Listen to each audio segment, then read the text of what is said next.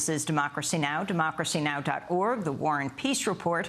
I'm Amy Goodman. We're on the road in San Francisco. I'll be speaking today in Santa Cruz and in Palo Alto.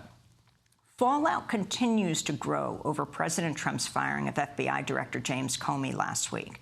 The firing came just days after Comey requested more resources to probe Russia's meddling in the 2016 election. The Senate Democrats are now threatening to refuse to vote on a new FBI director unless a special prosecutor is named to investigate possible ties between the Trump campaign and Russia. On Sunday, Senate Minority Leader Chuck Schumer appeared on Meet the Press. A special prosecutor appointed by the Justice Department has the ability to actually prosecute people for violations of law. And they go on in tandem. One shouldn't step on the other. I know they're talking to each other right now. The FBI was with the Intelligence Committee to make sure no one's granted immunity. But it's two separate issues, and we very much need a special prosecutor, Chuck. We need someone who's independent of the Justice Department to get to the bottom of this. On the same program, Secretary of State Rex Tillerson admitted Russia did in fact interfere with the election. I have seen the intelligence reports, Chuck, and yes, I don't think there's any question that the Russians were playing around in our electoral processes. Again, and as those intelligence reports also have indicated, it's inconclusive as to what, if any, effect it had. Meanwhile, pressure is growing on the administration to reveal whether Trump has been secretly recording conversations at the White House. On Friday, Trump tweeted, "James Comey better hope that there are no tapes of our conversations before he starts leaking to the press," unquote. Lawmakers are now calling on Trump to hand over any such tapes. On Friday, White House Press Secretary Sean Spicer refused to rule out the existence of the tapes. Moving on to the news of the week, really, and the day, did President Trump record his conversations with former FBI Director Comey? I assume you're referring to the tweet, and I've talked to the President. The President has nothing further to add on that. And why did he say that? Why did he tweet that?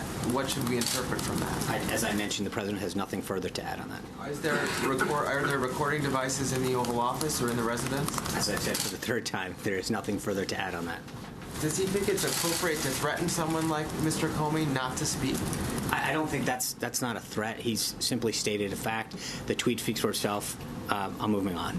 President Trump's possible recording of White House conversations has led many comparisons between Trump and former President Richard Nixon, who resigned August 8, 1974, 3 days after the release of an audio recording of Nixon discussing the Watergate break-in. Nixon had fought off congressional subpoenas to release the tape, but eventually the Supreme Court forced him to hand it over. It later became known as the smoking gun tape. We're joined now by Elizabeth Holtzman, former U.S. Congresswoman from New York, who served on the House Judiciary Committee that voted to impeach Richard Nixon. Liz Holtzman, welcome back to Democracy Now! Can you talk about the significance of what President Trump threatened in one of his tweet storms against James Comey after he fired him as FBI director? Well, the threat is an absurdity. The president was saying that Comey should hope that there was no tape recording before he talks about the meeting. The president knows whether there's a tape recording or not. He's the one who knows. So this is just nonsense. If President Trump wants the truth out, if Comey was lying about the meeting, the president should just release the tape. He's just playing games with the American people.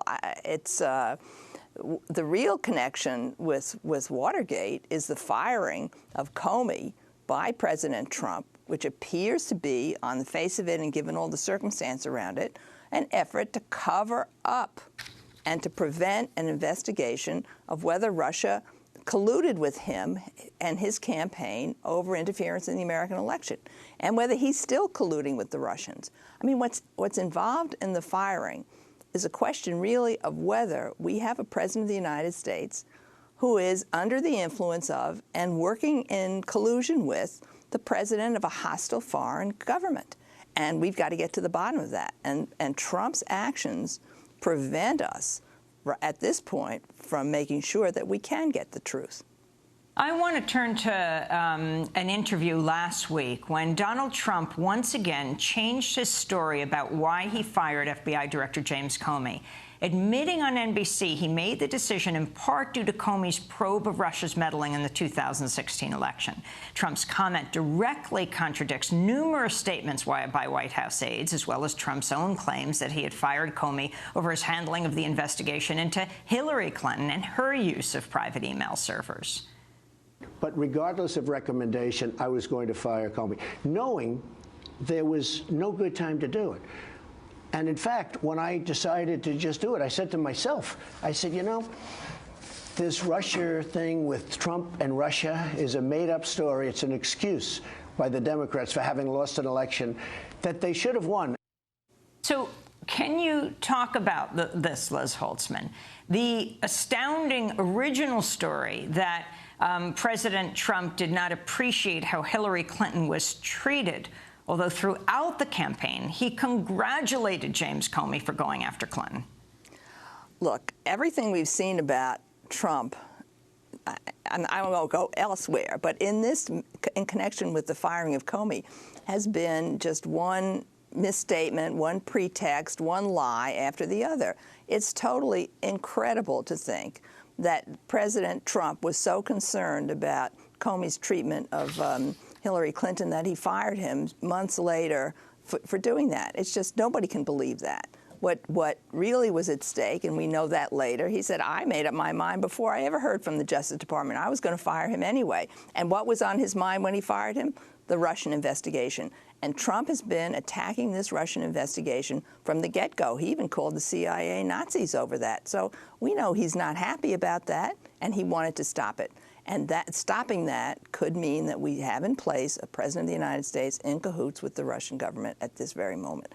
I want to turn to Senator Mark Warner, Virginia Democrat, speaking on Fox News Sunday about Trump's threat of a tape of a conversation with James Comey. This sure seems to have reverberations of past history. When we've seen presidents who secretly tape, that usually does not end up being a good outcome for a president. The whole notion that the president can throw out these kind of claims and then not either confirm or deny them is outrageous in my mind. And if there is the existence of tapes, I want to make sure, one, they're preserved and not mysteriously destroyed in the coming days, and then two, one way or the other, Congress will have to get a look at those tapes. So that was Senator Warren. Senator Warner of Virginia. Elizabeth Holtzman, take us back through what happened to Richard Nixon. You know, there are a lot of references, including the Saturday Night Massacre, and parallels have been made to what happened with the firing of James Comey. But especially for young people, to understand what happened then, also how long it took.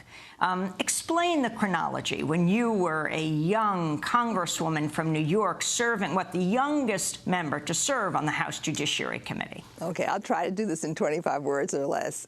Basically, in June of 1972, there was a break-in into the Democratic National Committee headquarters. People were apprehended, and they were connected to Richard Nixon's campaign and to the White House. Nixon had a special surveillance operation in the White House that was illegal from the get-go.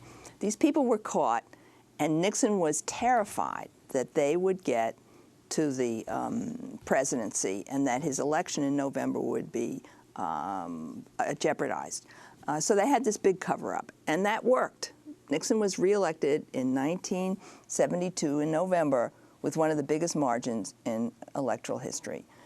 After that, the burglars cracked. One of them said, yeah, there were higher-ups involved, and then you start to have investigations.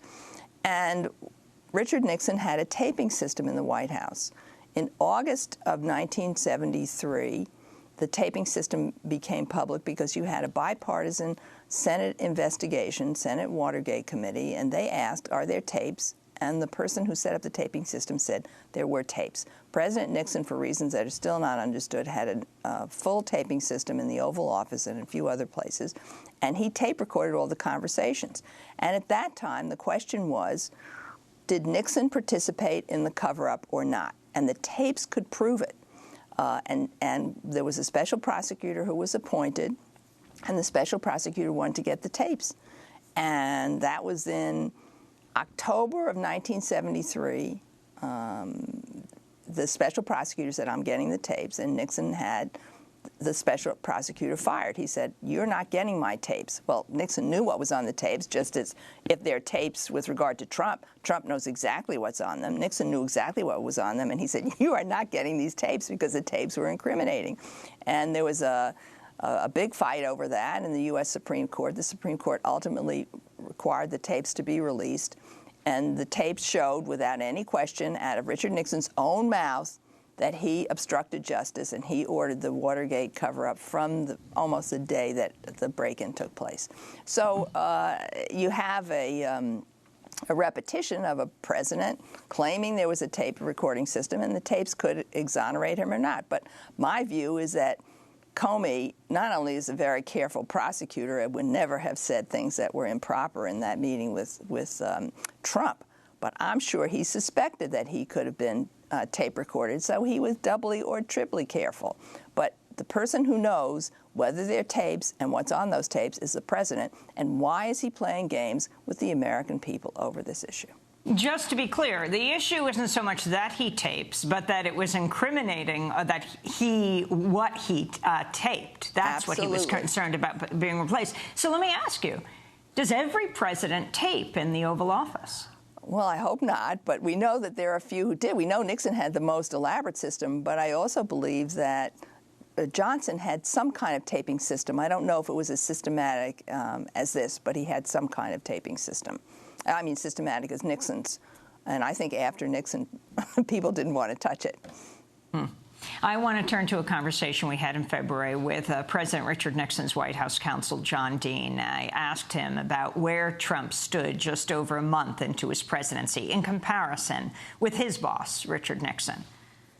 If you recall, Watergate ran about 900 days. In other words, it went on for years, starting with a bungled burglary at the Democratic National Committee and right up to Richard Nixon's resignation, followed by the conviction of his top aides.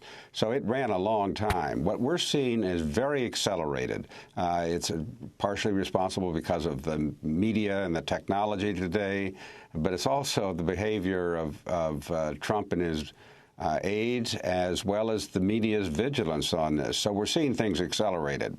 And what I see or hear are echoes of Watergate. We don't have Watergate 2.0 yet, but we have something that is beginning to look like it could go there. That was John Dean. Your response, Liz Holtzman, and interesting, to say the least. You were on very different sides back in the 70s when you were a congressman and John Dean worked for Nixon. But you may share a lot of views right now. Yes, I think we're getting very close to Watergate. I think Donald Trump is deep into Watergate territory. I think the firing of James Comey with the apparent intention to squelch an investigation into his campaign activities and his activities resonates deeply with the issues in Watergate. But I just want to make one point about what Dean said. When Richard Nixon took office, it was only a matter of 2 or 3 months before he started into his illegal activities. The illegal bombing of Cambodia started in March of his first year in office.